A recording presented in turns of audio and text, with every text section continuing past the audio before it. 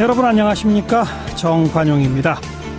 81분 사이에 신생아 4명이 숨진 사건 너무나 충격적입니다. 서울 이대 목동병원 신생아 중환자실에서 있었던 참사인데요. 오늘 부검이 실시됐고 잠시 후 7시에 그 부검 결과가 발표된다니까 결과 발표 듣고요. 2부 마지막 시간에 가천대 길병원 감염내과 엄중식 교수의 설명도 들어보도록 하겠습니다. 자유한국당 당협위원장 교체 진통이 큽니다. 교체 대상이 된 현역 의원, 당 최고위원 등이 강하게 반발하고 있는데 홍준표 대표에 대해서 토사구팽, 후안무치이자 배은망덕이라고 비난하고 나선 유여해 최고위원의 이야기 들어보겠고요.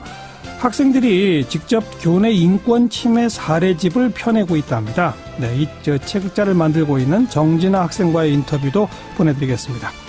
7시 5분 시작되는 2부에서는 이슈토크 준비하는데요. 문재인 대통령의 중국 방문에 대해서 지금 여야의 이 평가가 크게 엇갈리고 있죠. 최민희 전 의원, 장혜찬 시사평론가와 함께 토론해 보겠습니다. 잠깐 광고 듣고 출발하죠. 여자 홍준표라고 불리었던 자유한국당의 유여해 최고위원, 이번 당무감사 결과 자신의 이 당협위원장직을 지금 내놓을 그런 상황에 처했죠. 강하게 반발하고 있는데요. 오늘 유여해 최고위원의 목소리를 직접 듣겠습니다. 안녕하세요. 네, 안녕하세요. 유여해입니다. 예, 홍준표 대표에 대해서 토사구팽, 후안무치이자 배은망덕 이런 표현을 쓰셨는데 어떤 뜻입니까? 말 그대로 뜻이죠. 본인의, 그러니까 지금 저한테만 이야기하는 것이 아니라, 예. 본인의 대선 선거 때 이렇게 아주 조직이 열심히 움직였었죠. 그 당시에 우리 당은 정말로 아주 어려웠습니다. 예. 특히 당협위원장을 맡아 오신 분들이 그 당시에는 자유한국당이라는 이름으로 나서기에도 되게 사람들한테 비난을 받던 시절이었죠. 예. 홍 대표께서 지지율이 10%를 넘지 못할 때 다들 그 열악한 상황에서 정말 홍 대표의 이름이 써여진 옷을 입고 뛰었던 분들인데요. 예. 그분들을 생각한다면 이렇게 내친다면 특히 뭐라고 하냐면요. 자격이 되지 않는다. 그리고 옥석을 가리겠다라고 하면은 예. 정말 그 사람들을 쓰고 버리는 거 토석구팽 아니겠습니까? 예. 그리고 배은망덕. 맞는 거죠. 배은망덕이라는 단어가 어떻게 보면은 후안무치보다 더 딱 맞는 단어 같습니다. 예. 또 오늘 SNS에는 홍준표 대표는 마초라고도 쓰셨는데 그건 또 어떤 의미입니까? 네, 마초라고 하면 사실 되게 멋있는 이미지인데요. 마초가 되고 싶어 하는 것 같지 마초 같지는 않습니다. 근데 보면요. 여성들을 좀 많이 격하하는 그런 발언이 대선 후보 때 나온 적이 있었죠. 대법이라든지. 근데 그 당시에 저는 그때 부대변인이었는데 참 막기가 힘들었습니다. 왜냐면은 그런 말을 듣고도 너는 그 당에서 홍준표를 홍보를 하느냐라는 이야기를 많이 들었었는데요. 제가 여자지만 곁에서 보면은 좀 그런 부분이 많죠. 특히 공천 부분에서 마찬가지입니다. 예. 청년과 여성을 50%로 하겠다라고 하는데요. 여성이면 여성이지 왜 청년가라는 단어를 넣는지 모르겠습니다. 예. 그렇다면 청년은 남자도 해당이 되거든요. 예. 여성으로 해달라라고 이야기를 하니까 이때 이렇게 얘기하셨죠. 좋은 사람 있으면 데려와라. 해주고 싶어도 여자가 없다. 어허. 여자가 없지 않습니다. 충분히 많습니다. 그런데 그렇게 여자가 없다라고 단어를 쓰시면 듣는 여자들 입장에서 굉장히 불편하죠. 그리고 특히 이렇게 제가 뭔가 여성 특기라든지 구성하려고 할 때도 임명장을 주지 않으신다거나 하는 모습들 보면서 제가 이분은 정말 우리가 흔히 말하는 마초가 맞구나. 네. 좋게 이야기하면 가부장적이다. 이렇게 표현을 할 수 있겠죠. 그러니까 그런 표현을 오늘 SNS에 쓰신 거는 유해 최고위원이 여성 정치인이기 때문에 탈락됐다 이렇게 보시는 겁니까? 아니요. 그렇지 않습니다. 우리 당의 여성 당협위원장이 6% 미만입니다. 네. 그렇다고 하면은 여성 정치인이기 때문에 사실 가산점을 더 줘도 모자람이 없습니다. 예. 특히 저는 정치 초년생입니다. 예. 그렇다고 하면은 본인께서 말씀하신 가산점 부분에 50% 공천에 저는 딱 맞죠. 청년 나이죠. 여성이죠. 알겠습니다. 네. 그래서 본인께서는 항상 여성을 우대한다고 말을 제대로 하신 적이 없습니다. 네. 근데 이제 당의 공식적인 입장은 블라인드로 심사를 했기 때문에 각 당협위원장 점수는 뭐 대표도 모른다. 그리고 모든 기준에 맞춰서 전부 계량적으로 점수를 낸 거기 때문에 이건 뭐 정치적인 의도가 전혀 개입된 게 없다. 이렇게 주장하는데 어떻게 생각하세요? 네, 저도 그 주장을 믿고 싶습니다. 근데 제가 지도부에서 최고위를 하고 있을 때 예. 사석 자리에서 직접 이렇게 말씀하셨습니다. 이번에 뭘 했는데, 그러니까 그 당시에 당무감사 발표가 나기 전입니다. 예. 누구, 우리 당에 특히 지도부에 있는 제2의원께, 굉장히 여론조사의 점수가 높더라. 1등이야. 이렇게 이야기를 하셨죠. 그게 블라인드입니까? 알고 계신 거죠. 네. 네, 그리고 끝나고 난 뒤에도 본인께서 나가서 1등, 2등, 3등을 발표하셨죠. 네. 네, 그런데 저는 블라인드로 하면은 철저하게 블라인드를 해야 된다고 생각합니다. 예. 공개를 하려면 적어도 지도부는 다 같이 알아야 된다고 생각합니다. 예. 본인만 알고 계시면서 그러면서 저한테는 또 이렇게 말씀을 계속해서 하셨죠. 당협 관리 잘해라고. 네. 알고 계셨다고 합리적인 의심을 할 수밖에 없지 않을까요? 네. 그러니까 그리고 알아서도 안 되고요. 그러니까 적어도 전부는 몰라도 몇 군데 것은 홍준표 대변은 분명히 알고 있었다라고 하는 그런 증거들을 직접 말씀을 들었다 이 말이군요. 그건 제가 직접 들은 것입니다. 예. 전에 들은 것이 아니라 제가 직접 듣고 이야기를 하는 것입니다. 저는 이게 공정성이 있어야 한다면은 본인도 몰라야 하는 것이 맞고 알아야 한다면은 지도부가 적어도 최고위는 다 알아야 하는 게 맞습니다. 그리고 아셨다고 해도 입으로 그렇게 이야기하셔서는 안 됩니다. 그 유효회 최고위원은 지난 전당대회에서 2등이 돼서 최고위원 하셨던 분 아닙니까? 맞습니다. 그 전당대회에서 2등한 최고위원이 이렇게 당무감사 결과 당협위원장직을 내놓게 되는 건 전례가 없기 때문에 상당히 이례적이라고 정가에서도 분석을 하는데 네. 왜 홍준표 대표가 우리 유효회 최고위원을 내친다고 보세요? 홍달랑이가 아니어서? 예스맨이 아니어서일 겁니다. 아마. 예스. 우리가 흔히 말하는 홍예스맨. 맞습니다, 대표님. 그렇습니다, 대표님. 예. 그게 좋습니다, 대표님. 대표님이 잘하셨습니다. 그걸 아마 제가 하지 않고 대표님 아닙니다. 그러시면 안 됩니다. 계속해서 아마 충원을 했기 때문이 아닐까요? 예. 지금 재심 신청하셨나요? 재심 신청을 왜 합니까? 저는 이 절차와 공정성에 대해서 계속해서 문제를 제기하고 있고 이 당무감사는 분명히 문제가 있었습니다. 당무감사위원장이 직접 나서서 저희 당협을 조사를 했었고요. 예. 그리고 난 뒤에 저희 의원들께 직접 사심이 들어간 문자까지 돌렸습니다. 문자 공개는 SNS에서 했습니다. 예. 그렇기 때문에 저는 이 부분에 대해서 공정하지 않고 당무감사위원장의 문제점에 대해서 당무감사위원장은 공정한 당무를 감사해야 되는데 예. 본인이 공천 부분까지 운운을 저한테 직접 했었기 때문에 저는 재심에 신청하지 않습니다. 왜냐하면 공정하지 않은 당무감사였기 때문이죠. 재심 신청해봤자 결과는 똑같을 것이기 때문이다. 그리고 분명히 또 지도부 회의 때 재심에 대해서 굉장히 모든 사람들에게 재심 신청을 받지만 그 부분에 대해서는 회의적으로 이야기하는 걸 제가 들었습니다. 예. 아마 이 방송이 나가고 나면 재심을 받아주겠어요. 그렇죠? 글쎄요. 근데 어쨌든 그러면 재심도 신청 안 하시면 뭐 그냥 당무감사 결과가 결정되면 당협위원장직을 내놓으셔야 되는데 어떻게 앞으로 하실 건가요? 이순신 장군은 백의종군도 했습니다. 제 이름은 여혜입니다. 이순신 장군의 자죠. 저는 아무런 당직을 가지고 있지 않아도 자유한국당을 위해서 계속해서 쓴소리를 할 것입니다. 지금은 최고위원입니다. 서초갑 당협위원장보다 제가 갖고 있는 이 자리에서 충분히 당을 위해서 쓴소리를 할 수 있습니다. 예. 견제도 할 수 있고요. 예. 제가 서초갑 당협위원장 자리가 탐이 나서 이렇게 하는 것이 아니라 공정성과 절차성의 문제점에 대해서 지적을 하는 겁니다. 알겠습니다. 그리고 제가 그걸 가지려고 만약에 애를 쓴다면 제 사심 때문에 한다는 소리를 듣겠죠. 저는 거기에 미련이 지금 없습니다. 알겠습니다. 다만 제가 살아오던 서초갑을 지키지 못한 것이 너무 죄송스러울 뿐입니다. 예. 최고위원으로서 당의 잘못된 부분에 대해서 계속 지적하겠다. 이 말씀까지 듣죠. 네, 수고하셨습니다. 네, 고맙습니다. 자유한국당의 유여혜 최고위원이었습니다. 경기도의 한 예술고등학교 재학생과 졸업생들이 교내 인권 침해 사례집을 출간한다는데요. 책 제목이 여기입니다. 학교라는 공간, 바로 여기, 이곳에서 인권 침해, 성희롱, 외모 차별 이런 것들이 벌어지고 있다라는 의미죠. 무려 190페이지나 되는 책이라고 하는데 1년간 이 책을 준비한 정진아 학생을 전화로 만나봅니다. 안녕하세요. 안녕하세요. 네, 재학생이에요? 아니면 졸업했어요? 졸업했습니다. 언제 졸업했어요? 전 올해 2월에 졸업했어요. 근데 이 책을 벌써 1년 전부터 준비하기 시작했다고요? 네, 제작 준비한 지 이제 1년 정도 되어갑니다. 어떻게 하다 이게 시작된 건 얘기입니까?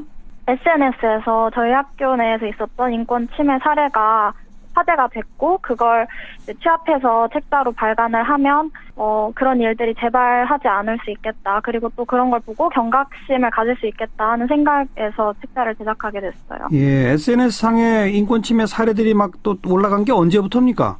올해 2월쯤부터입니다. 올해 2월. 뭐 몇 건 정도나 올라왔어요?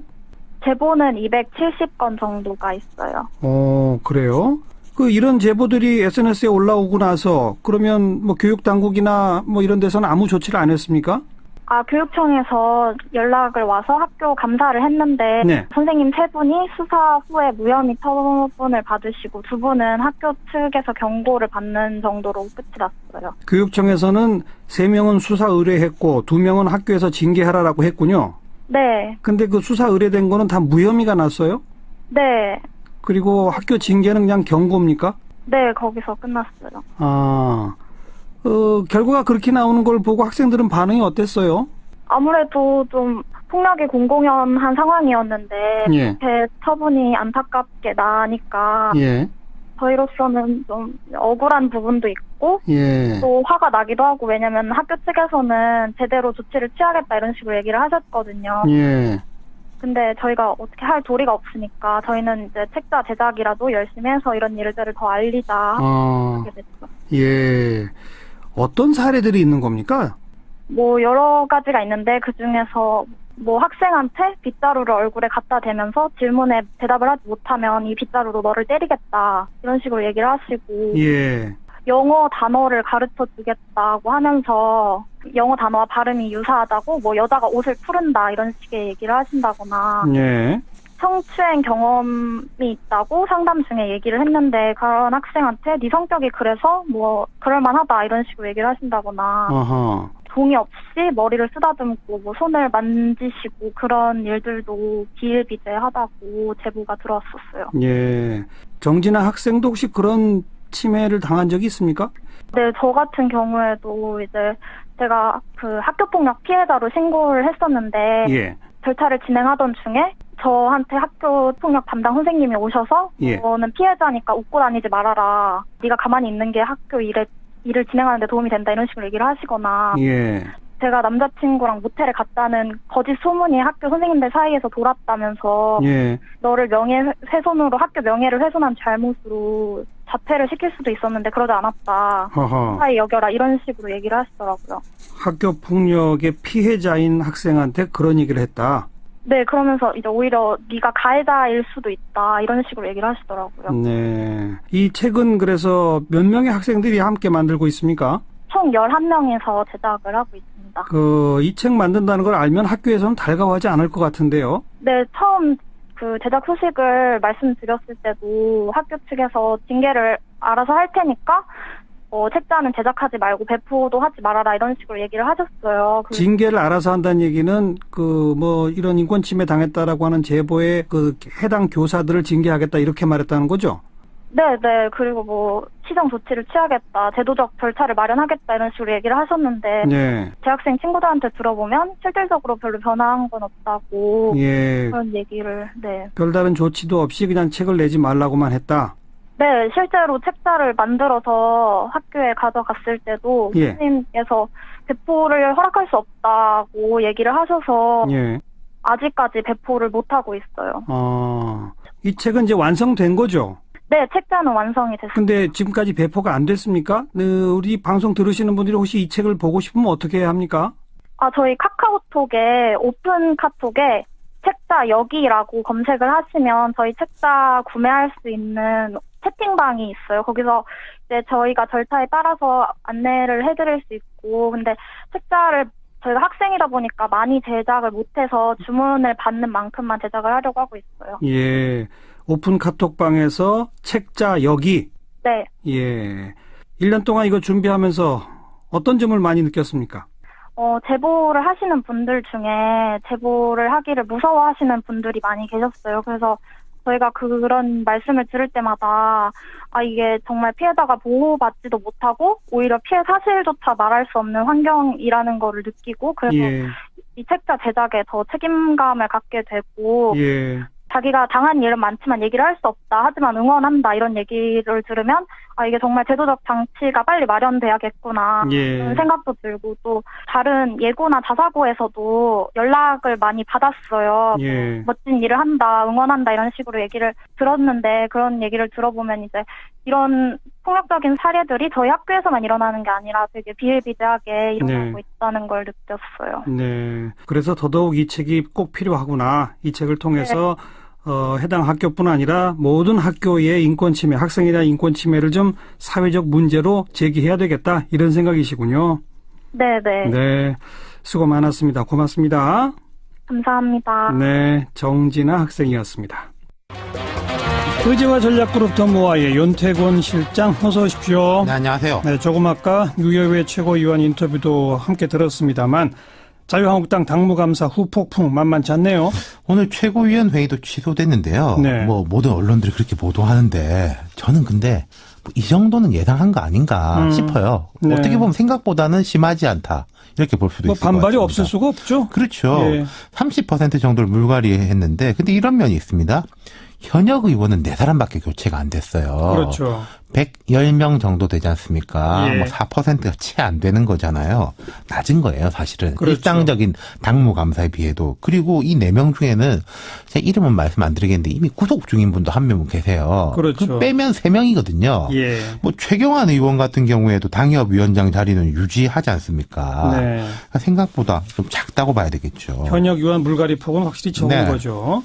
복당파들한테는 길이 좀 열린 거죠? 그러면 분명히 있죠. 복당파들이 비운 사이에 당협위원장이 된 사람들이 쫙 많이 빠졌거든요. 네. 아직 이제 거기에 누구를 채울지는 안 정해졌지만은 아무래도 경쟁력 면으로 볼 때 현역 의원들이 우세한 게 있는 거고요. 그렇겠죠. 그리고 지금 이제 반발에 대해 가지고 오늘부터 20일까지 3일간 재심 신청을 받겠다고 하는데 저는 구제 폭이 그렇게 커지진 않을 것 같아요. 예. 당무감사 재심 신청 이런 것도 안 할 수 없잖아요. 그렇죠. 그 절차에 대한 거니까요. 다 해야 되는 거니까. 네. 그러니까 앞으로 제가 일이 좀 안 커질 것 같다고 말씀드린 게 위원장직을 잃은 사람들이 하나로 뭉치기에는 구심력이 약한 면이 있어요. 네.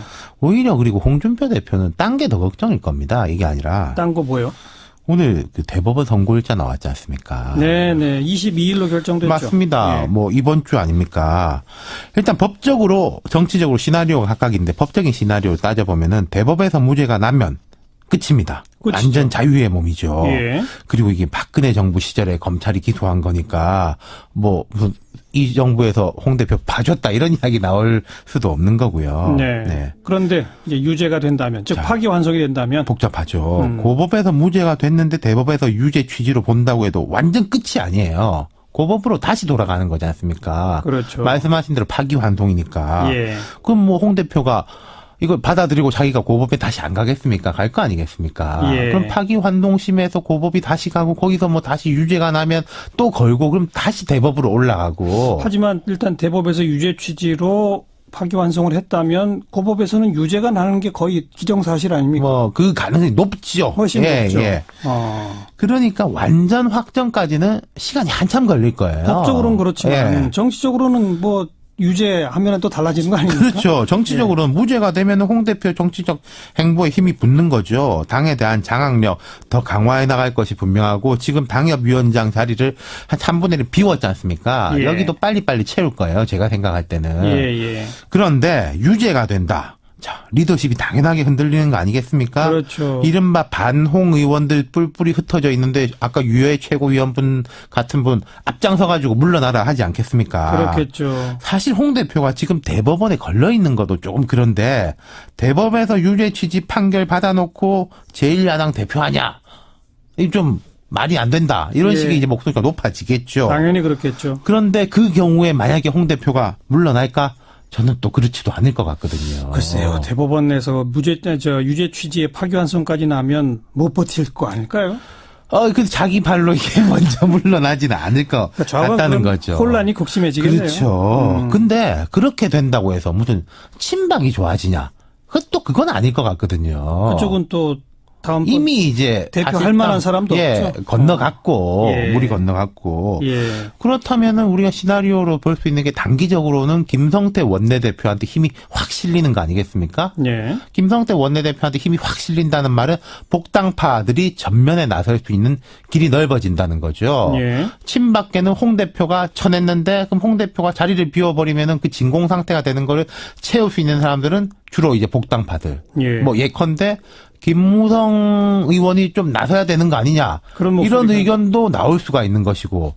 또 지금 바른정당은 국민의당하고 보조를 맞춰가고 있는데 아니 이렇게 됐으니까 우리 보수 통합하자. 뭐 이런 식의 목소리도 나올 수 있는 것이고 다양한 시나리오들이 열린다는 거죠. 홍 대표가 만약에 그 대법에서 안 좋은 결과가 나온다면은.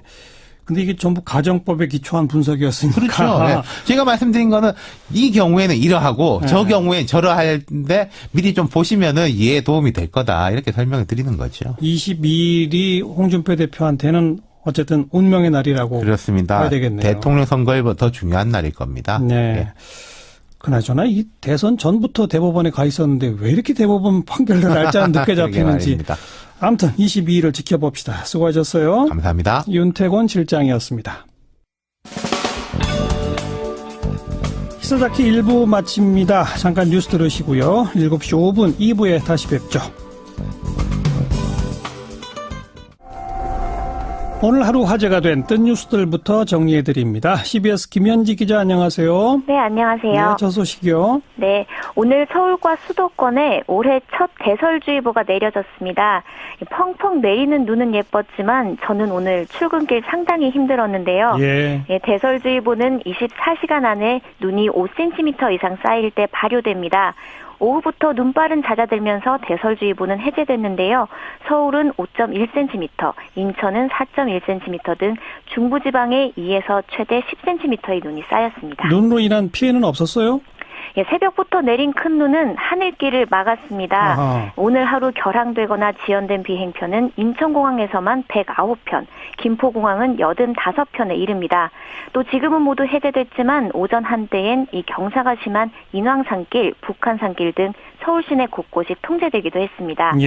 현재 눈은 그쳤지만 쌓인 눈이 그대로 얼어붙으면서 퇴근길도 상당히 미끄러운데요. 모두들 안전운전하시고 걸어다니실 때도 조심하시기 바랍니다. 조심해야죠. 자, 다음 뉴스요. 천상의 섬이라 불리는 필리핀 보라카이에 한국인 관광객 수백여 명이 사흘 동안 고립됐다 조금 전부터 귀국길에 올랐다는 소식입니다. 이틀 전 태풍 카이탁이 필리핀 중부지방을 강타했는데요. 산사태와 홍수로 30여 명이 숨지고 20여 명이 실종되는 등 피해 규모가 상당합니다. 또 보라카이 섬과 국제공항에 있는 파이나 섬까지의 선박 운항도 중단됐는데요. 이 때문에 지난 토요일부터 한국인 관광객 400여 명도 사흘 동안 발이 꽁꽁 묶였습니다. 인명피해도 없고 다행히 귀국 중이라고요? 정말 다행히 오늘 오전부터 보라카이 지역이 태풍의 영향권에서 벗어나면서 선박 운항이 재개됐습니다. 또 항공편도 현재 정상 운항하면서 관광객들이 귀국길에 오르기 시작했는데요. 다만 일부 도로가 유실돼 항구에서 공항까지의 이동이 평소보다 1시간 정도 지체되는 것으로 전해졌습니다. 네, 다음 뉴스는요? 성균관대 동문들의 황교안 성균 인상 반대 운동입니다. 황교안 전 국무총리가 자랑스러운 성균 인상에 선정되자 동문인들이 어제부터 반대 서명운동에 돌입했는데요. 이 소식이 알려지면서 관련 기사들이 많이 본 뉴스에 올랐습니다. 이 반대에 나선 성균인들은 차마 얼굴을 들고 다닐 수 없을 정도로 부끄러움을 느낀다면서 입장문을 냈는데요. 학교 명예를 높여 모든 성균인의 표장으로 삼고자 하는 자랑스러운 성균 인상을 1,700만 촛불 심판을 받은 박근혜 정부의 핵심 인사에게 절대 줄 수 없다는 겁니다. 또 반대 논리는 어떤 것들이 있죠? 황 전 총리가 법무부 장관 시절부터 국정원 댓글 수사, 또 세월호 수사를 방해하고 정윤회 문건 수사 외압 의혹을 받고 있다는 것도 반대 이유로 꼽았습니다. 또 5.16 쿠데타를 혁명이라 발언하고 탄핵 이후에도 대통령 권한대행을 지내면서 국정조사 수사를 방해했다는 겁니다. 이들 황교안 반대 성균인들은 이번 수상자 선정이 건학 이념에도 반한다면서 의사결정 과정을 공개해달라고도 요구했습니다. 이들은 22만여 명의 성균관대 동문들을 상대로 온오프라인 서명을 받을 예정입니다. 여기까지 수고하셨어요. 감사합니다. 김현지 기자였습니다. 원숙한 진보 최민희 전 의원, 또 젊은 보수 시사평론가 장혜찬 씨 두 분과 함께하는 이슈토크. 오늘은 문재인 대통령의 중국 방문에 대해서 지금 첨예하게 평가가 엇갈리고 있죠. 이 주제 함께 토론해 보겠습니다. 최민희 전 의원 그리고 장혜찬 씨 어서 오십시오. 안녕하세요. 안녕하세요. 네. 자, 어떻게 보세요? 총평부터 한마디. 최민희 전 의원. 저는 문재인 대통령의 이번 방중은 박근혜 대통령이 사드를 기습적으로 배치함으로써 한중 관계가 파탄된 상태에서 굉장히 어려운 상황에서 진정성과 인내심을 가지고 이제 방중 과정을 성사시켰고, 예. 그리고 첫째 날, 둘째 날, 셋째 날로 갈수록 한중 정상회담, 리커창과의 만남, 그 다음에 충칭 방문 등 날이 더해갈수록 그 성과가 더 커졌다고 생각합니다. 우선 가장 중요한 건 이제 사드 문제가 양국 간에 굉장한 걸림돌이고, 예. 이게 한중 관계를 파탄냈던 원인이었는데 사드에 관한 언급의 수위가 굉장히 낮아졌다. 이거는 정말 우리 외교부와 문재인 대통령이 관리를 잘한 측면이고, 그리고 이제 둘째 날 리커창 같은 경우는 이제 내년 평창 올림픽에 대규모 중국 관광객이 갈 거다. 예, 이런 발언까지 했습니다. 그러니까 이거는 사드 보복 철회를 시사하는 발언으로 그 인색한 언론도 다 해석하고 있고요. 예, 그리고 이제 충칭 방문했을 때는 근데 그 충칭 시장이 한 얘기 중에 문재인 대통령의 그 과거에 대한 역사에 대한 식견에 굉장히 놀랐다. 그런 발언 같은 거는 결국은 진정성과 그 인내심이 통한 결과로 보고요. 그리고 중국 광복군터 있잖아요. 충칭에 있는 광복군터 복원하기로 한 것은 이게 박근혜 대통령 때 합의한 건데, 사드로 중단됐던 겁니다. 그러니까 이건 박근혜 대통령이 잘한 거였죠. 그런데 사드로 중단시켰는데, 역시 이제 사드가 조금 해결되어 가면서 광복군터를 복원하기로 한 것 또한, 이건 역사적으로 의미도 크고 그렇다고 보고요. 그런 것 다 합하면 즉 사드로 인한 갈등은 이제 거의 마무리 단계 그렇게 만들었다. 마무리라고 제가 말씀하기는 어렵지만 이제 사드로 인해서 양국 관계가 미래로 가지 못하는 거는 해결된 게 아니냐. 그래서 지금도 조심스럽지만 초석을 놨다 이렇게 봐서 의미 있고 성과 있는 방중이었다고 봅니다. 장혜찬 씨의 총평은요? 저는 우선 먼저 문재인 대통령 고생하셨다는 말씀 드리고 싶고요. 네. 제가 이 방중 관련된 언론 보도 계속 팔로우하고 따라가면서 대통령께서 참 애쓰시는 것 같았습니다. 그리고 일시적 봉합일지 아니면 정말 종국적인 봉합일지는 모르겠으나 사드 문제에 있어서 진전이 있었던 것은 부인할 수 없는 사실입니다. 예. 사드로 인해서 중국 정부가 민간 차원에서라고 했지만 사실상 공식적인 경제 보복이 있었잖아요.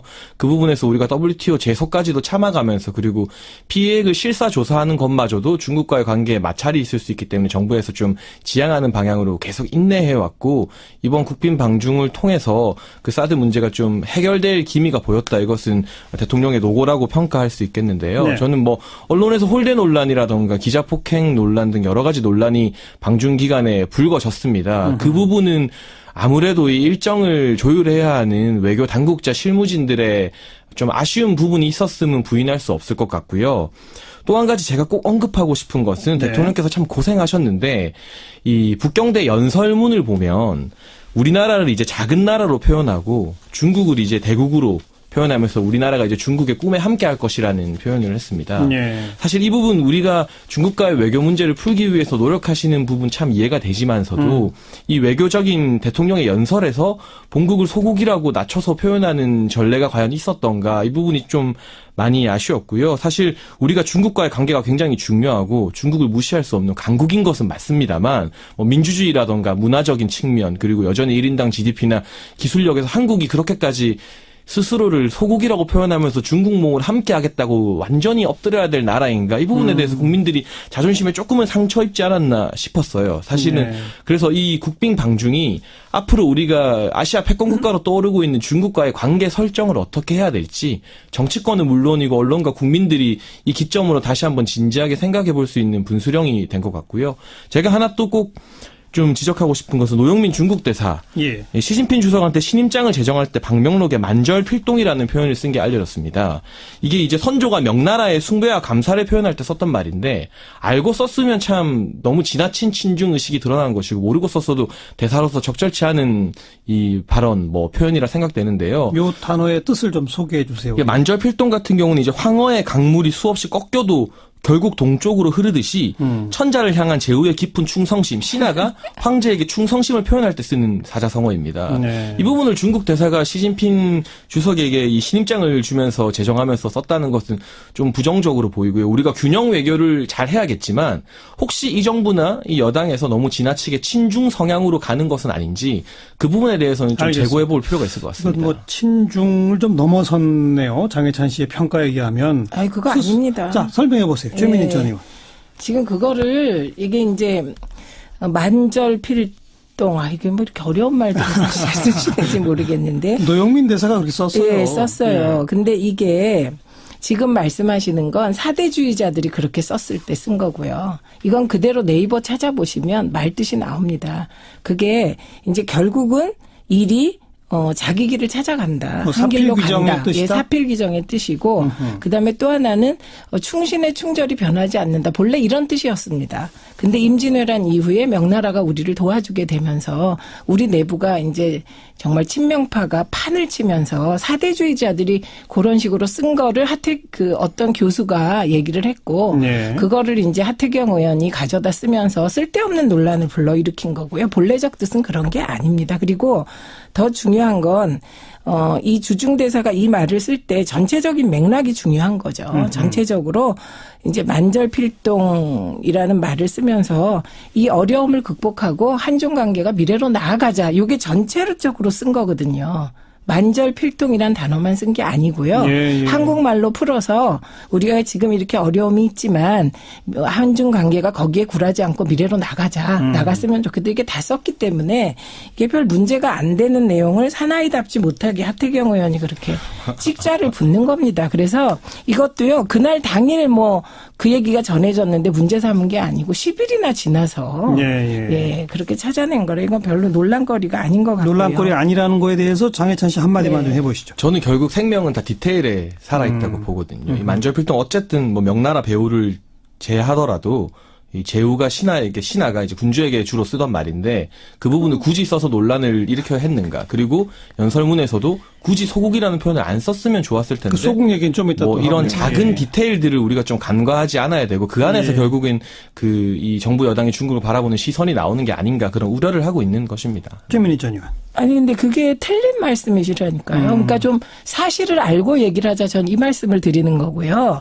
정확하게 만절필동 공창미래라고 썼습니다. 그래서 지금까지의 어려움을 뒤로하고 한중 관계의 밝은 미래를 함께 열어나가기를 희망합니다. 이렇게 썼던 거예요. 근데 그중에 만절필동이라는 말을 사전적 의미도 다 무시하고. 알겠습니다. 사전에 무슨 그게 그런 얘기가 있습니다. 사전엔 2가지 뜻밖에 없어요. 그런데 그 사전적 의미도 무시하고 굳이 그 사대주의자들이 그것을 나쁘게 썼던 걸 가져와서 이렇게 할 필요는 없는 거고요. 그다음에 그 얘기는 이제 그 정도 만절필동이란 단어 자체가 어렵기 때문에 그래서 그 사전적 의미 또 역사적으로 사용된 어떤 배경 한 예죠. 그런 걸 좀 쭉 같이 살펴야 된다.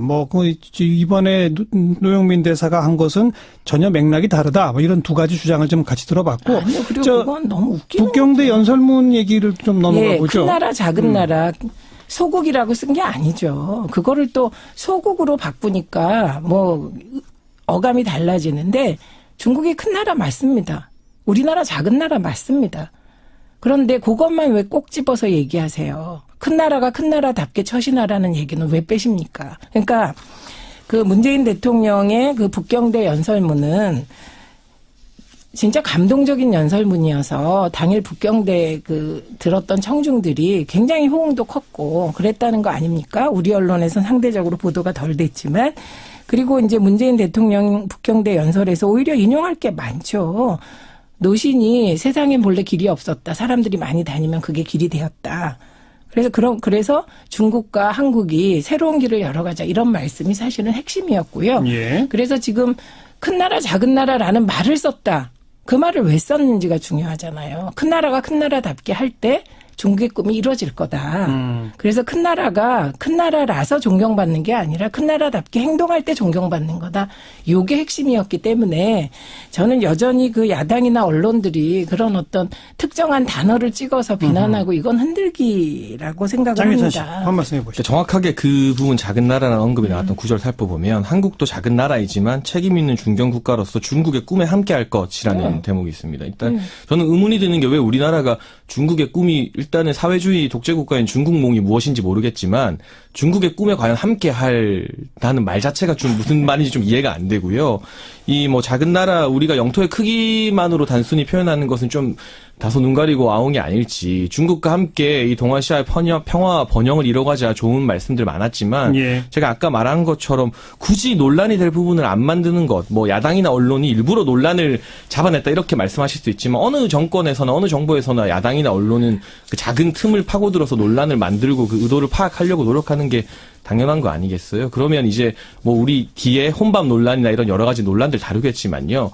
이 굳이 안 만들어도 될 논란을 뭐 연설 담당자가 됐건 일정 담당자가 됐건 만들어서 이런 논란을 야기시킨 것부터가 뭐 대통령의 흠결이라기보다는 이번 국빈 방중 기간을 전체적으로 매니징한 뭐 실무진의 조금의 좀 아쉬운 부분이 있지 않았나 이렇게 평가하고 싶습니다. 저는 뭐 그 어떤 사안에 대해서 그거를 뭐 가지를 잡고 흔들어서 흠집을 내려고 하려면 뭘 갖고 못하겠습니까? 그런데 이번 북경대 연설문은 우리나라보다 중국에서 더 호응을 크게 받았고 그리고 저는 중국몽이라는 게 그게 중국이 지향하는 그 바가 그러면 중국 패권이겠습니까? 지금 패권이지 않을까요? 문재인 대통령이 말씀하시는 게 그러니까 중국의 꿈이 뭐 우리가 그럼 충칭 갔을 때 일로 사업 우리도 같이 돕겠다 그러면 그게 뭐 중국의 패권을 완성하는 건가요? 그래서 아시아의 평화와 남북 통일과 이런 것을 향해서 함께 가는 그런 취지였다고 보고요. 그리고 우리나라에서 이래도 소용이 별로 없습니다. 국내 언론하고 외국 언론이 지금 너무 다르거든요. 그래서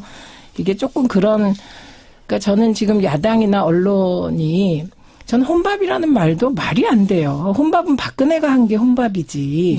지금 혼자 밥을 드신 게 아닌데 혼밥이라는 정말 비하의 용어를 씀으로써 자국의 대통령이 외국 나가서 홀대받았다.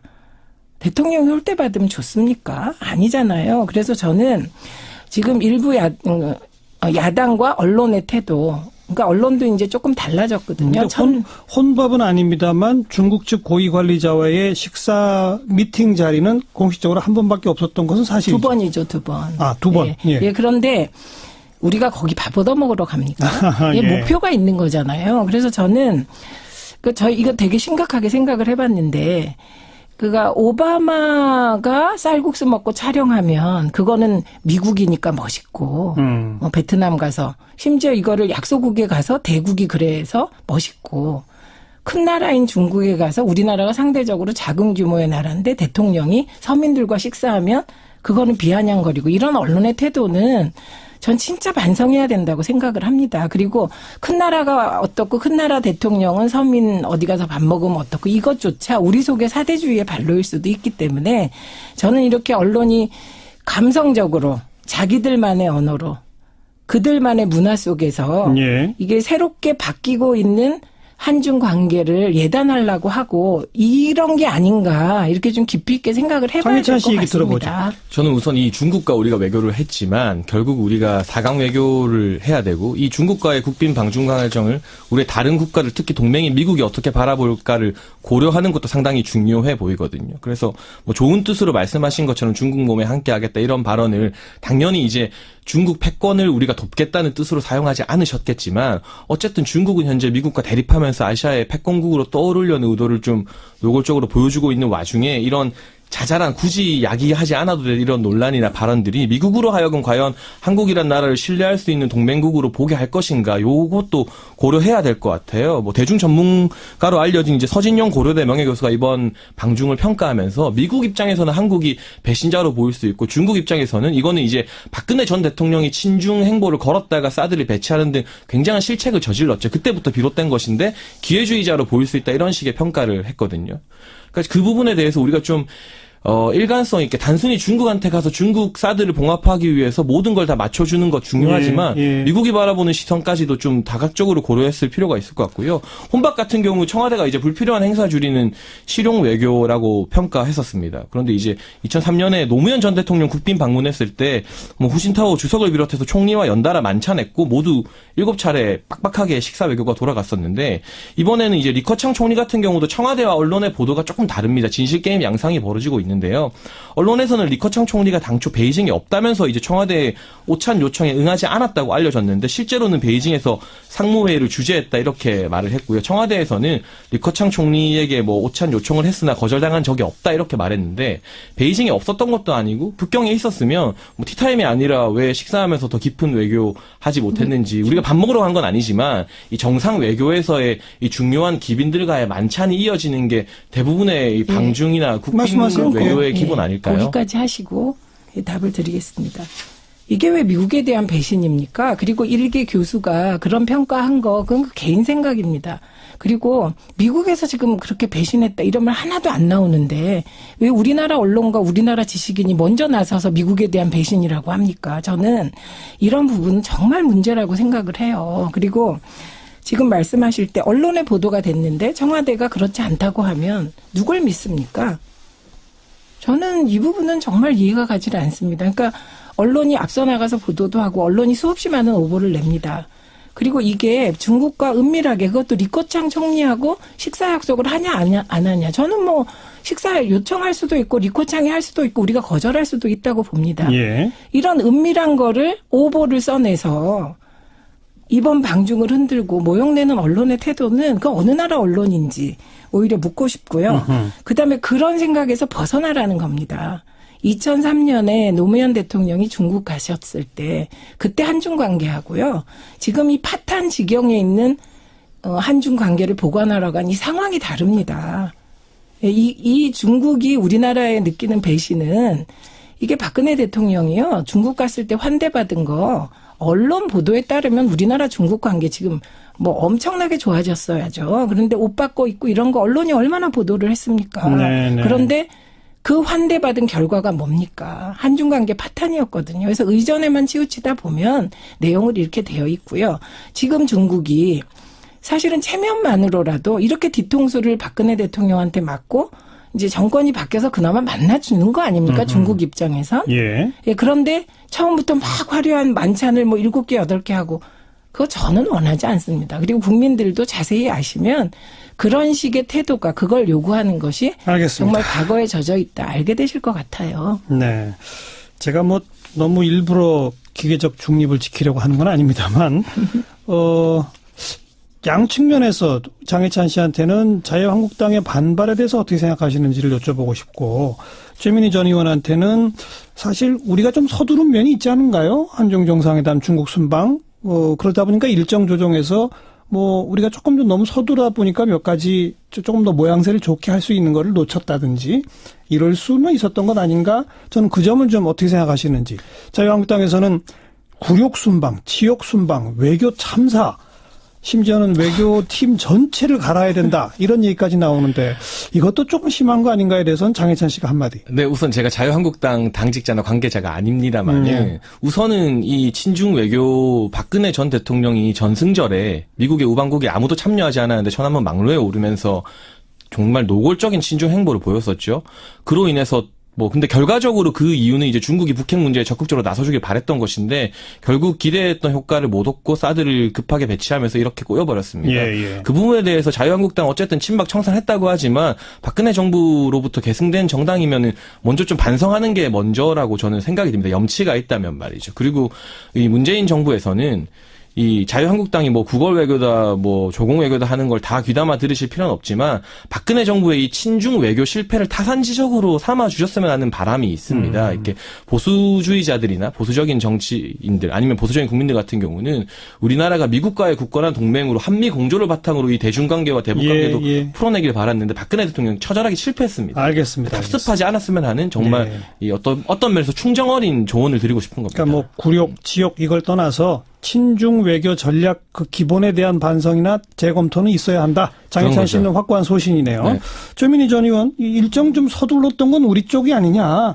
뭐 일부 좀 모양새가 그런 면에서 나쁘게 보였을 수도 있다. 이 점은 또 인정해도 되는 거 아닌가요? 아니 일단 친주가 아니고요. 친미라고 또 일부에서는 엄청 비판합니다. 예. 뭐 그건 아니고요. 그다음에 본래 우리는 12월 그러니까 중국은 12월 초를 원했다는 거 아닙니까? 근데 우리가 그때 예산안 문제 무슨 문제가 있어서 응하지 못했고 올해 내에는 해야 되고 그렇기 때문에 일정을 잡았다는 건데 저는 올해를 넘기지 않은 건 잘한 일이라고 봅니다. 왜냐하면 사드 보복에 따른 피해가 기업 전체적으로 따져보면 300억 정도라는 거 아닙니까? 그러니까 우리나라 중국에 있는 우리나라 기업가들이 이번에 와주셔서 고맙다고 눈물을 흘렸다는 거 아닙니까?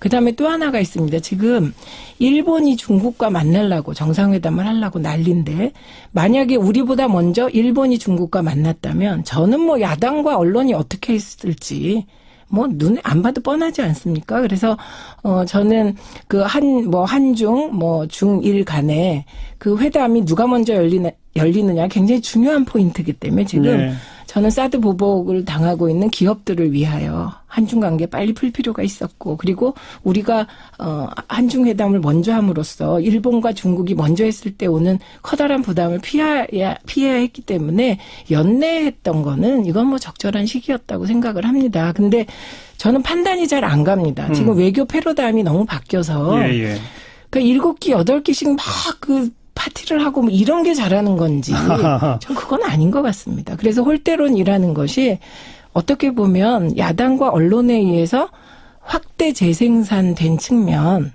그게 문재인 흔들기에 한 코드가 아닌가 이런 의심을 지울 수가 없습니다. 그 확대 재생산됐다는 측면은 어떻게 생각하세요? 저는 이 언론이 뭐 홀대론을 부각시키거나 뭐 혼밥 논란에 대해서 부각시켰던 거 그리고 뭐 우리가 기자가 폭행당하는 불행한 사건도 있지 않았습니까? 이런 부분에 대해서 예를 들어 이게 꼭 문재인 대통령이나 이 정부에 나쁘게만 작용할 것인가 이런 것들을 빌미로 어떤 중국의 외교적 결례를 빌미로 우리가 좀 더 이걸 전략적 카드나 협상 카드로 이용해서 이득을 취할 수도 있고 그런 식의 양보를 받아낼 수도 있는 부분인데 제가 좀 아쉬웠던 것들은 언론의 보도 행태라던가 아니면은 이 기자가 폭행된 부분에 있어서도 우리 국민들 일부 국민들이 너무나 좀 미리 염려하셔서 이게 혹시나 문재인 대통령의 방중의 성과를 방해하는 것은 아닐지 너무 미리 과하게 염려하셔서 국내 폭행 당한 기자를 막 비난하는 여론도 있었어요. 그런 부분에 대해서는 좀 과한 염려를 안 해도 될 것 같다 이렇게 말을 하고 싶고요. 그것도 저는 그런 국민의 여론이나 이런 거를 언론이나 정치권이 뭐 평가하고 이건 아닌 것 같습니다. 그냥 언론들은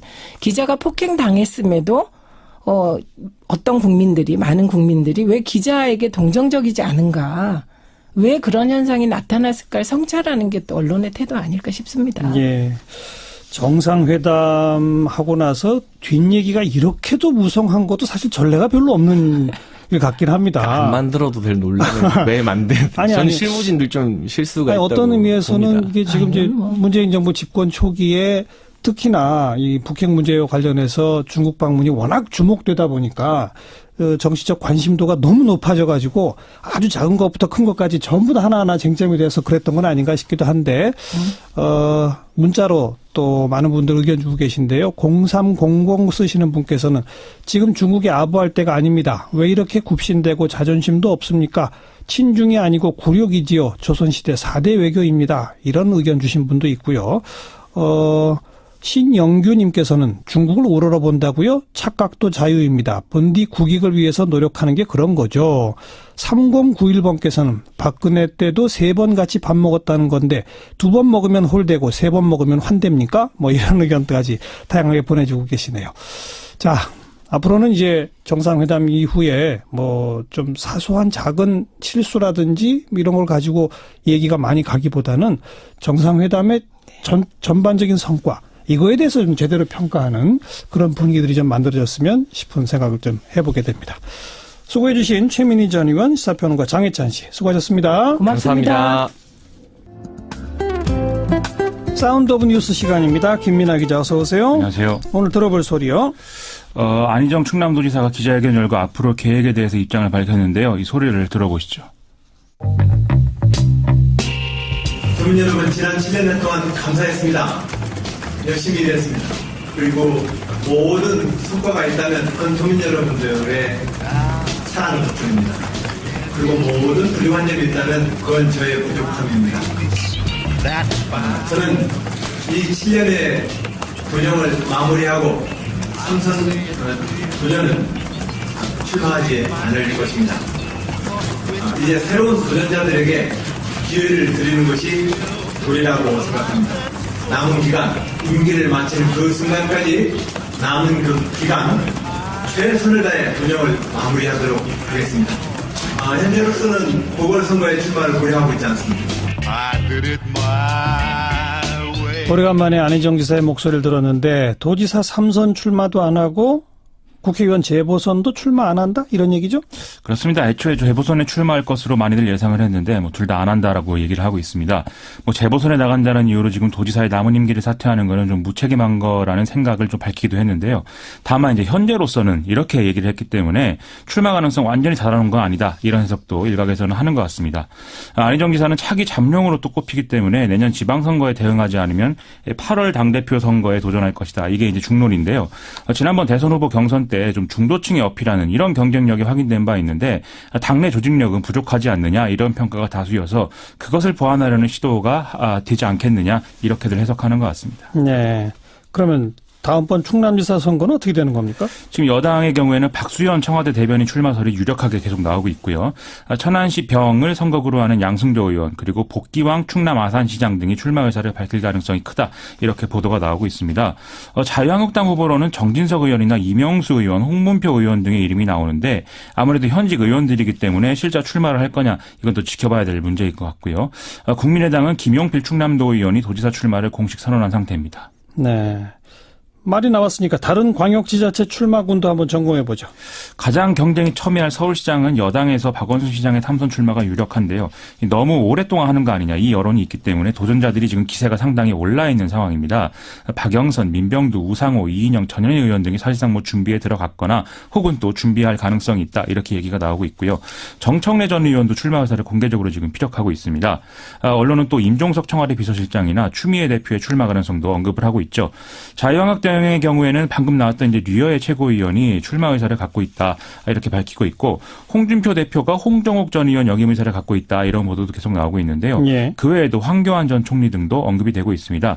국민의당은 지금 안철수 대표 출마설이 또 계속 나오고 있는 상황입니다. 그런데 안철수 대표는 서울시장 말고 또 부산시장 출마 요구도 받고 있잖아요. 그렇습니다. 원래대로면 이 부산 경남의 경우에는 자유한국당 강세 지역인데 이번에는 여당이거나 무소속이더라도 여당에 가까운 인물들 이런 사람들이 지금 부상하고 있는 상태거든요. 그러다 보니까 요즘 좀 보수 정치로 기울어 있는 안철수 대표가 출마할 경우에 좀 성과가 있지 않겠느냐 이런 얘기가 이제 부산시장 출마 주장하는 사람들의 논리입니다. 자유한국당은 지금 거의 유일하게 가능성이 있는 지역인 대구 경북으로 출마 희망자들이 몰리고 있는데요. 경북지사 대구시장의 경선이 상당히 치열할 것으로 예상이 되고 있습니다. 네. 방금 들어온 속보가 하나 있다고요? 이 샤이니의 종현 씨가 자택에서 자살을 시도했다 이런 이제 보도인데요. 네. 지금 현재 심정지 상태다라고 공식적으로 지금 얘기가 나오고 있습니다. 경찰에 따르면 종현의 친누나가 이날 이제 오후 4시 42분 정도에 동생이 자살하는 것 같다라고 경찰에 신고를 했다고 하고요. 경찰이 청담동 자택을 방문해 보니까 갈탄으로 추정되는 이 연탄을 후라이팬에 피워놓고 이 종현 씨가 자살 시도한 정황들이 확인이 됐다고 합니다. 지금 건국대 병원에 후송된 상태고 유서는 누나에게 보낸 문자가 발견돼서 확인 중이라고 합니다. 지금 보도로는 심폐소생술 도중에 사망했다는 보도가 일단 나오고 있네요. 그렇습니다. 아직 정확히 확인된 건 아닌 것 같고요. 예. 다음 뉴스는요? 임종석 청와대 비서실장의 아랍에미리트 방문 배경을 놓고 의혹이 확산되고 있는데요. 오늘 조선일보가 임종석 비서실장이 아랍에미리트 왕세제를 면담하는 자리에 이명박 정권이 투주한 원전건설 사업 총책임자가 참가한 사실이 밝혀졌다. 이렇게 보도를 한 것입니다. 청와대는 이 조선일보 보도에 나오는 인물이 다른 여러 직책을 함께 갖고 있고 문제가 되는 이 자리에 아부다비 행정청장 자격으로 배석한 것이다라고 해명하고 정정보도를 요청하겠다. 이런 입장을 밝혔거든요. 예. 조선일보를 필두로 해서 보수 언론들은 다시 임종석 실장이 갑자기 3일 넘게 반차를 내기로 했는데 이게 이런 언론의 취재를 피하기 위한 것 아니냐라면서 추가 의혹을 이어가고 있는 상황입니다. 이런 의혹은 오래전부터 김성태 원내대표도 얘기하고 그래서 지금 국회 운영위 소집 문제가 또 쟁점이잖아요. 그렇습니다. 오늘도 자유한국당은 이 조선일보 보도를 근거로 해서 운영위 소집을 강하게 요구했는데요. 여기서 좀 흥미로운 대목은 이 문제가 국회 산업위로도 좀 불똥이 튀는 그런 그림이라는 겁니다. 오늘 산업위에서 한미 FTA 개정 추진 계획 보고를 위한 회의가 열렸는데 자유한국당이 이제 퇴장을 했다는 것이죠. 명분은 홍종학 중소벤처기업부 장관을 인정할 수 없다라는 것인데요. 이미 청문회와 임명 다 거치고 끝났는데 좀 이런 행보로 보이는 것에 대해서는 석연치 않다. 이런 얘기가 나온다는 것이죠.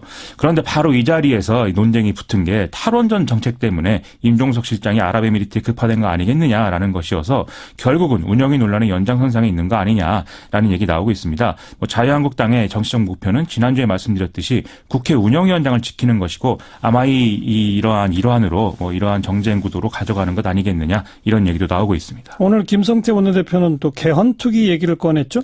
오늘 기자간담회를 열어서 더불어민주당이 자유한국당이 지금 논의에 소극적이라는 이유로 개헌특위 종료를 불사하겠다 이런 입장을 내놓고 있는데 이건 결국 자신들을 반개헌 세력으로 몰고 가려는 음모다 이렇게 주장을 했는데요. 국회 개헌특위 논의가 종료가 되면 청와대가 개헌 발의를 해야 되는 상황이 이제 유력해지는데 자유한국당이 지금과 같은 입장을 유지한다면 국회에서 이 국민투표 부의안은 부결될 가능성이 커진다는 것이죠. 그러면 지방선거 구도는 개헌 대 반개헌 이렇게 짜여지게 되고 자유한국당은 뭔가 대통령의 지금 공약을 발목을 잡은 게 돼서 뭔가 불리한 그런 입장에 처하게 된다. 이런 주장인데요. 그렇다면 지금 개헌 논의에 성실하게 참여하면 되지 않느냐 이런 이제 반론도 나오는데 그게 정치적으로 지금 잘 안 되는 그런 상황인 것 같습니다. 다음 뉴스는요? 새 정부의 경제정책을 두고 소득 분배를 강조하는 건 좋은데 산업정책이라는 측면에서는 비전이 부족하다 이런 평가가 그간 많았는데요. 오늘 산업부가 산업정책 방향 발표를 했습니다. 전기 자율주행차, 사물인터넷 가전, 에너지 신산업, 바이오헬스, 반도체, 디스플레이의 5대 신산업을 육성하고 규제를 대폭 개선해서 3천억 원 규모의 4차 산업혁명 민관 공동펀드도 조성한다. 이런 게 이제 핵심 내용인데요. 예. 이를 통해서 대기업 쏠림 현상을 해소하고 중견, 중소기업이 함께하는 성장 모델을 만들겠다라는 게 이제 목표입니다. 하지만 아직 5대 신산업에 지금 구현이 되지 않은 기술도 많고 그래서 이제 구체성이 떨어진다는 지적이 나오고 있고요. 또 조선업 등의 어떤 구조조정에 대한 청사진도 없어서 이게 좀 부족한 측면이 있다. 이런 비판도 함께 나오고 있습니다. 네. 다음 뉴스는요? 칠레 트럼프라고 불렸던 세바스티안 피네라 전 대통령이 칠레 대선 결선 투표에서 승리를 했습니다. 이 피네라는 억만장자 사업가 출신으로 항공사, 대형 쇼핑몰, 공중파 TV 채널, 인기 축구팀 등을 다 소유하고 있어서 지금 갖고 있는 자산이 거의 3조 원대인 것으로 추정이 될 정도인데요. 2010년부터 2014년까지 대통령을 역임했는데 칠레의 경우에는 군부 독재를 오랫동안 경험을 해서 연임은 불가능하게 돼 있지만 중임은 허용이 되고 있다고 합니다. 한 번 쉬었다가 또 하는 건 된다? 그렇죠. 예. 이 피네라 대통령 퇴임 당시에 성장률 자체는 높게 유지를 했지만 불평등 악화와 교육 정책 실패로 지지율이 폭락을 했었는데요. 하지만 이제 현 정권이 경제난 때문에 여러 어려움을 겪는 바람에 다시 기회를 얻은 것으로 그렇게들 평가를 하고 있습니다. 남미는 좌파 성향 정권이 많았었는데 퇴주하는 분위기네요. 1999년 베네수엘라 우고 차베스 대통령 당선 그리고 2003년에 브라질 룰라 대통령 당선 이후에 좌파 강세여서 핑크타이드 이런 얘기까지 나왔는데 좀 뒤집히는 분위기가 역력한 것 같습니다. 예. 베네수엘라의 경우에는 차베스의 후계자를 자처하는 마두로 대통령이 독재 정권 이런 비난까지 받으면서 위기에 몰려있는 상태고 브라질의 경우에 룰라의 후계자인 지우마 전 대통령은 탄핵을 당한 상태죠. 다만 이 브라질의 현재 미시오 테메르 대통령은 부패 의혹으로 또 위기를 겪고 있고 콜롬비아나 멕시코의 경우에는 내년 대선에서 좀 좌파 후보가 우세할 가능성이 있다. 이런 전망도 나오고 있는 상태입니다. 이게 좀 우파냐 좌파냐 이런 문제라기보다는 남미의 심각한 빈부격차 문제를 좌우 어느 정권이 들어서도 해소를 못하고 있다. 이 상황이 지금 반영된 현상이다. 이렇게 볼 필요가 있는 것 같습니다. 다음 뉴스요. 민주노총 이영주 사무총장과 조합원 4명이 서울 여의도 더불어민주당 당사를 기습적으로 점거해서 단신농성을 벌이고 있는데요. 이들은 민주노총 한상균 위원장을 비롯해서 양심수 전원석방, 이영주 사무총장 수배 해제, 근로기준법 계약 저지 등을 요구하고 있습니다. 이영주 사무총장은 2015년 11월에 민중청 걸기 집회 등을 주도한 혐의로 체포영장이 발부됐는데요. 이후에 2년 넘게 수배 생활을 해왔다가 지금은 본인이 점거를 하러 온 그런 상황입니다. 더불어민주당은 어떻게 대응하고 있나요? 오늘 20일 최고위원회에서 안건으로 보고하고 대응 방침을 정한다. 이 얘기에는 공식 대응이 없는데요. 아무래도 더불어민주당 입장에서는 야당 시절에 노동운동단체나 시민단체가 당사를 점거해서 어떤 어려움을 호소하는 이런 상황하고 지금 정권을 책임지고 있는데 점거를 다 하는 이런 상황은 좀 달리 판단할 수밖에 없다는 거죠. 예. 그래서 이번 대응이 앞으로 선례가 될 수 있는 만큼 상당히 신중한 태도를 지금 보이고 있는데요. 뭔가 현명한 계기가 지금 만들어지지 못하면 이 사람들은 강제 퇴거되고 연행될 수밖에 없는데요. 그러면 민주노총 입장에서 보면 현직 사무총장이 여당 손에 의해서 체포되는 그런 상황으로 볼 수 있지 않겠습니까? 그렇다면 민주노총의 반발은 이후에 커질 가능성이 높아서 좀 현명하게 대처를 해야 될 것 같습니다. 지켜봅시다. 어떤 결론을 내릴지. 수고하셨어요. 고맙습니다. 김민아 기자였습니다. 81분 사이에 신생아 4명이 숨진 사건 참 너무나 충격적이고요. 오늘 부검이 실시됐고 조금 전 부검 결과를 브리핑을 했는데 유관 관찰 소견만으로는 사망 원인을 특정할 수 없다. 그러니까 즉 조직 현미경 검사, 각종 검사 결과 등을 종합하여야만 사인을 규명할 수 있다. 이런 내용이고요. 다만 한 가지 모든 아기들, 사망한 아기들에서 소대장의 가스 팽창 소견이 유관으로 관찰된다. 이런 그 브리핑 내용이 좀 눈에 띄네요. 아직 뭐 정확한 사안은 조사 중이기 때문에 뭐라고 결론을 내리기는 어렵습니다만은 가천대 길병원 감염내과 엄중식 교수께 좀 보충 설명을 듣겠습니다. 교수님 안녕하세요. 예, 안녕하십니까. 이 부검 결과 질문 드리기 전에 81분 사이에 한 병원의 같은 구역에서 인큐베이터에 있던 4명의 신생아가 숨졌다. 이건 우연으로 보기 수는 없는 거죠? 예, 우연으로 보기는 너무나 이례적인 상황입니다. 기록을 찾아봐도 이런 경우는 찾을 수가 없고, 예. 경험이 많은 선배 의사님들께 여쭈어봐도 이런 일을 경험하신 적은 없다고 말씀을 하십니다. 예, 그러니까 분명히 뭔가 원인이 있는 거죠? 예, 이 정황을 보면은 뭔가 그 신생아 중환자실의 같은 구역 내에서 공통적인 유해 요인이 발생을 했던 것은 분명한 것 같습니다. 네. 그 공통적 유해 요인이 뭔가는 이제부터 밝혀내야 되는 건데 부검에서 지금 하나 특기된 거는 소대장의 가스 팽창 소견이 유관으로 관찰된다. 4명의 아기 모두에게서. 이건 어떤 의미입니까?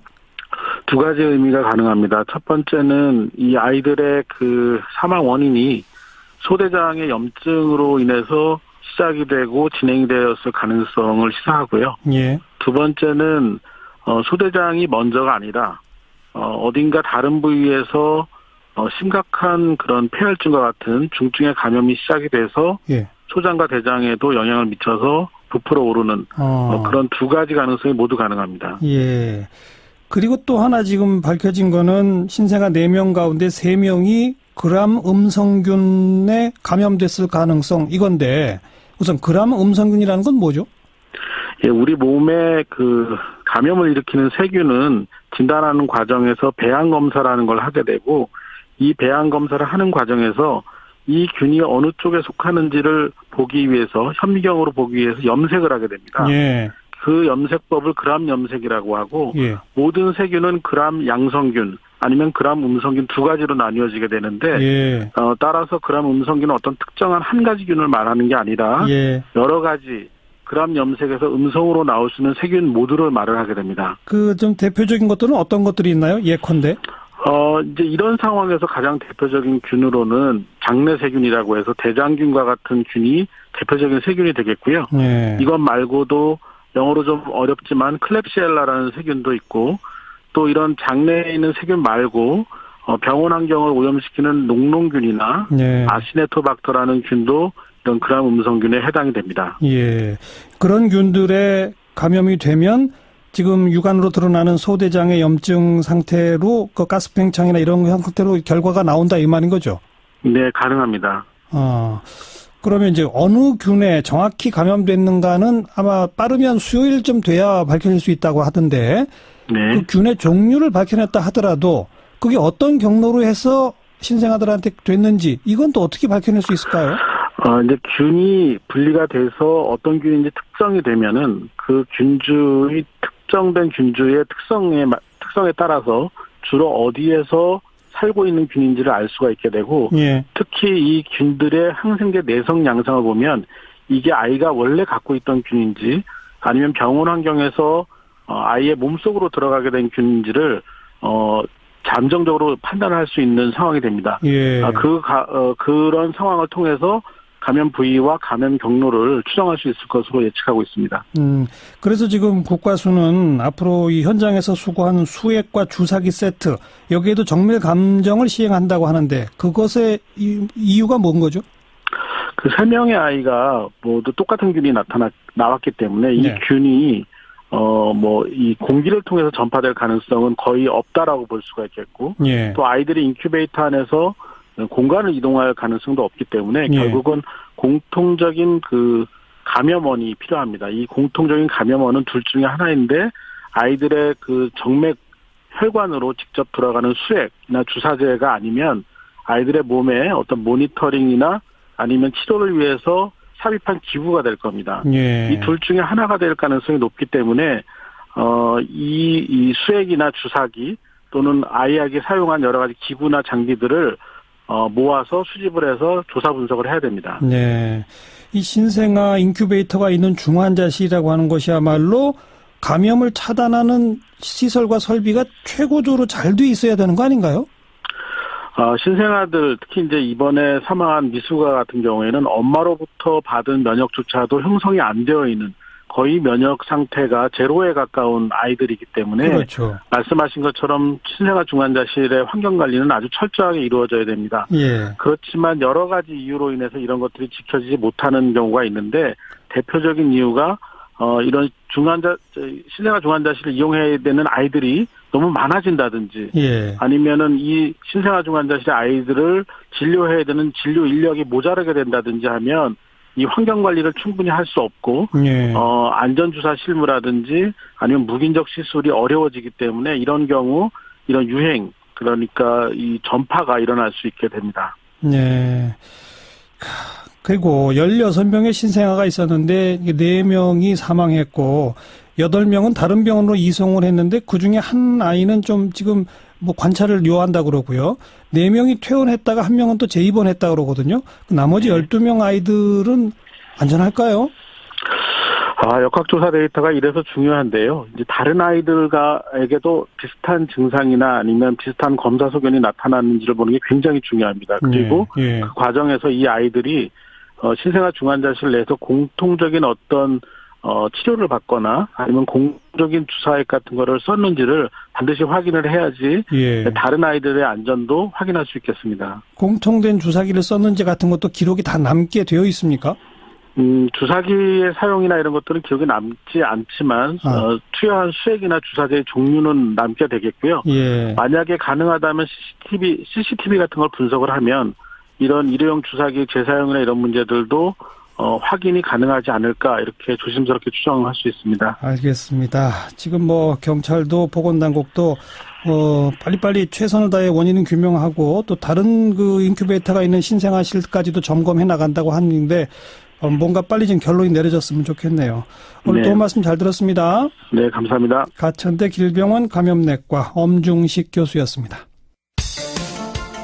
시사잡기 오늘 여기까지입니다. 내일 다시 뵙죠. 안녕히 계십시오.